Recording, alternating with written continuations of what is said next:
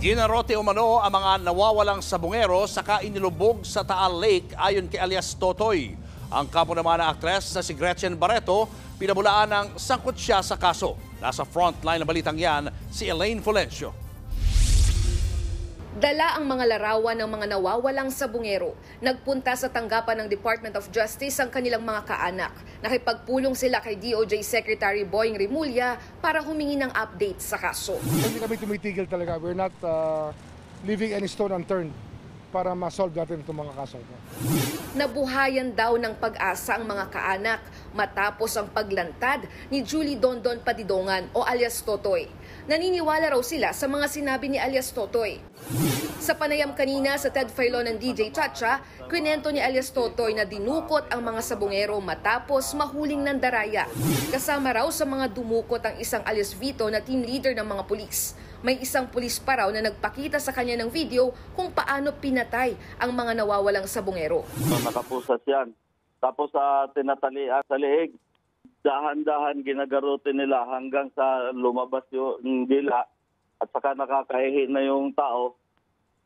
Then patay na. Sinasakay nila sa bangka, tinatapon sa gitna ng Taal Lake. Ang nag-utos daw na iligpit ang mga mandarayang sabungero ay ang negosyanteng si Atong Ang. Bagay na mariing itinanggi ng negosyante. Nagsisinungaling daw si alias Totoy. Pero ang kwento kung paano umano pinapatay ang mga sabungero may pagkakahalintulad sa larawang nakita ni Carmelita Lasco na nawalan ng anak dahil sa sabong. Aniya, may larawan ng anak niya na nakaluhod, nakaposas, nakapiring at may tali sa liig. Matapos niyan, binaril daw ang anak ni Lasco.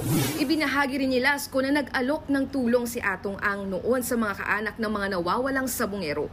Inoperan kami agad na, sige, tulungan nyo yan, ganun, tulungan kami. Si mami, bigyan ng ano yan, bigyan niya ng, ng lifetime medication sa pang-hospital, sa lahat. Pero hindi kami kumito. Alam naman namin. Itinanggi na rin ng kampo ni Gretchen Barreto na may alam ang aktres sa pagkawala ng mga sabungero. Ayon sa abogado niyang si Atty. Alma Malonga, wala namang nakita si alias Totoy na ginawa ni Barreto para idawit siya rito. Pinangalanan lang daw siya ni alias Totoy dahil sa pagiging malapit ni Barreto kay Ang. Embento lang daw ang mga akusasyon. Dagdag pa ng kampo ng aktres, hindi operator ng sabungan si Barreto at wala rin siyang kinalaman sa operasyon nito. Investor lang daw siya sa negosyo, pero kinumpirma nilang may sumubok mangikil ng pera kay Barreto para hindi isama ang pangalan niya sa listahan ng mga sospek. Tumanggi si Barreto na magbigay ng pera dahil wala raw siyang ginawang mali.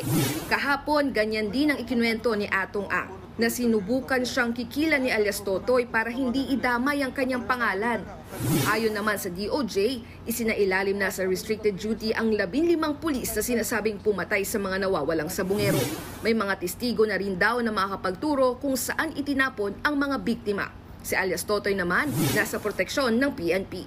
Nagbabalita mula sa frontline, Elaine Fulgencio, News 5. Mga kapatid, Julius Babaw po. Para sa komprehensibo at makabuluhang balitaan at talakayan, mag-follow at mag-subscribe na sa social media pages ng News 5.